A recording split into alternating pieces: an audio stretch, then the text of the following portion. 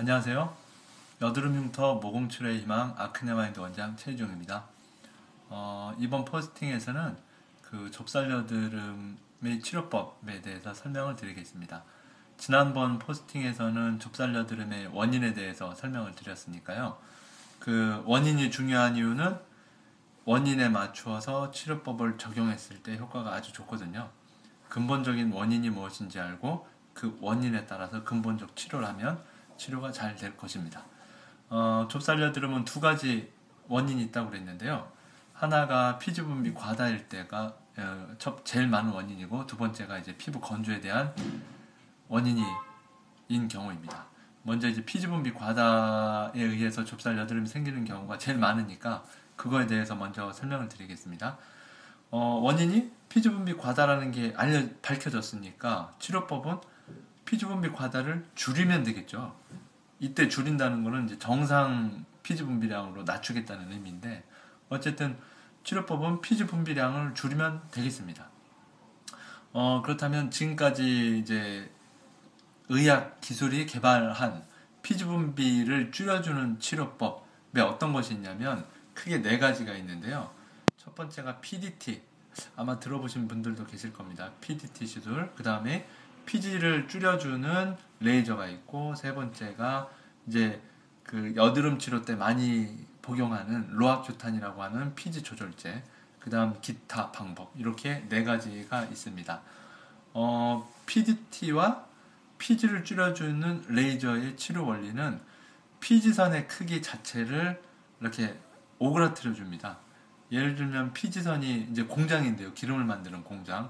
공장이 이렇게 클 때 축구공만큼 크다 그러면 100개의 피지를 만든다면, 이렇게 작아져 있으면 한 10개밖에 안 만들겠죠. 그래서 피지 분비량을 근본적으로 공장 사이즈를 줄여줌으로써 피지 분비량을 근본적으로 줄여줄 수 있는 가장 좋은 방법이 PDT하고 피지 줄여주는 레이저가 있고요. 그 다음에 이제 비교적 쉽게 치료를 할 수 있는 방법 중에 하나가 그 로아큐탄이라고 하는 대표적인 로아큐탄, 그 피지 조절제가 있는데, 피지 조절제는 약을 먹는 동안에는 분명히 피지가 주는 효과가 있는 것은 분명합니다. 피지를 줄여주는 효과 자체는 아주 좋은데, 이 치료 원리가 그 좀 전에 PDT랑 피지 줄여주는 레이저는 피지선의 크기를 작게 만들어서 피지 분비량을 줄여준다고 그랬는데요. 그 로아큐탄 등의 그 피지 조절제 먹는 약은 공장 크기는 그냥 그대로 있는데 단지 휴업을 하는 거예요. 그러니까 공장을 돌리지를 않고 노는 겁니다. 이게 이제 치료 원리인데, 이 피지 조절제의 단점이 바로 요 점입니다. 그게 무슨 뜻이냐면, 이제 약 복용을 하다가 약 복용을 멈추잖아요. 그러면 이제 공장이 다시 돌아간다는 얘기거든요.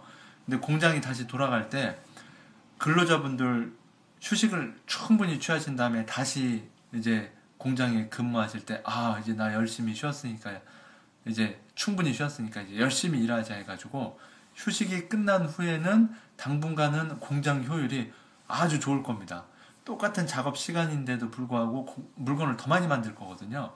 이게 그 피지 조절제 로아큐탄의 단점으로 나타나는데, 그게 무슨 뜻이냐면, 먹을 때는 분명히 피지가 주는데 이제 약 복용을 중단하고 났더니 오히려 약 먹기 전보다 피지 분비량이 폭발적으로 더 늘어나요.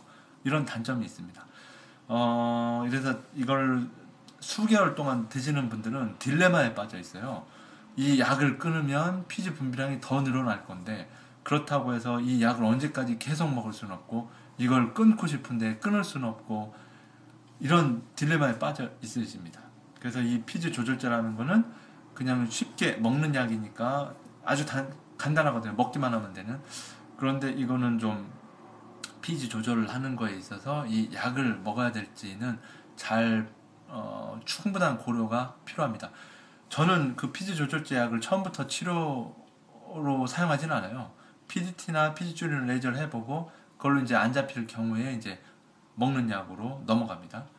이제 기타 방법이 있는데, 기타 방법에는 최근에 이제 개발되기 시작한 그 피지 줄여주는 주사가 있어요. 피부에 직접 주입을 해주는 방법인데, 요거는 아직 좀 더 연구, 그 다음에 조금 더 검증이 필요하기 때문에 제가 이거에 대해서 구체적으로 언급하지는 않겠습니다.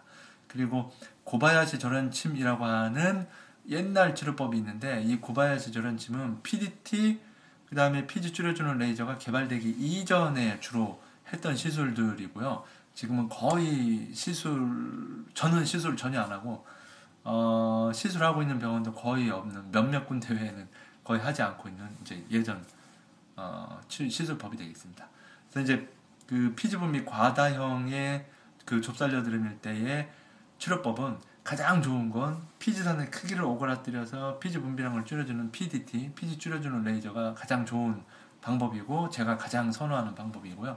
그 다음이 이제 피지 줄여주는 복용하는 약이 될 거고, 뭐 나머지 기타도 있습니다. 그리고 이제 피부가 건조해서 생기는 좁쌀여드름은 간단한 치료법이 의외로 간단합니다. 피부가 건조하지 않게 해주면 되죠. 원인이 피부가 건조한 거니까. 그럼 피부가 건조하지 않게 하려면 어떻게 해야 되냐? 보습이 돼 있으면 됩니다. 보습이라는 게 수분을 보충한다라는 의미, 한자 그대로 보습이거든요. 보습의 가장 좋은 방법은 뭐냐? 로션 자주 바르시기입니다. 물론 물 많이 먹기, 뭐 주위에 가습기 틀어놓기 이런 방법들도 있습니다만, 그런 것보다 가장 더 효과적이고 빠른 방법이 로션 자주 발라주시기이고요. 대신에 로션 바르실 때 주의하실 점은 내 피부 타입에 맞는 걸 쓰셔야 돼요. 예를 들면 피부가 건조하신 분들이 이제 피지도 어느 정도 있으면서 피부가 건조한 분들은 유분기가 많은 로션 쓰시면 피부 트러블 올라오거든요. 그 얘기는 좁쌀여드름 더 생길 수 있다. 그래서 단지 정말 피지는 거의 없는데 피부만 건조한 분들은 적당한 유분기가 섞여 있는 로션을 쓰셔야 돼요. 결론은 어느 정도의 피지 분비량이 있다. 그런 분들은 유분이 적은 묽은 타입의 수분 로션을 써주셔야 되고, 피지 분비가 굉장히 적고 피부 자체도 굉장히 건조한 분은 유분기가 적당히 있는 로션을 사용해 주셔야 됩니다. 지금까지 아크네마인드 원장 최희중이었습니다.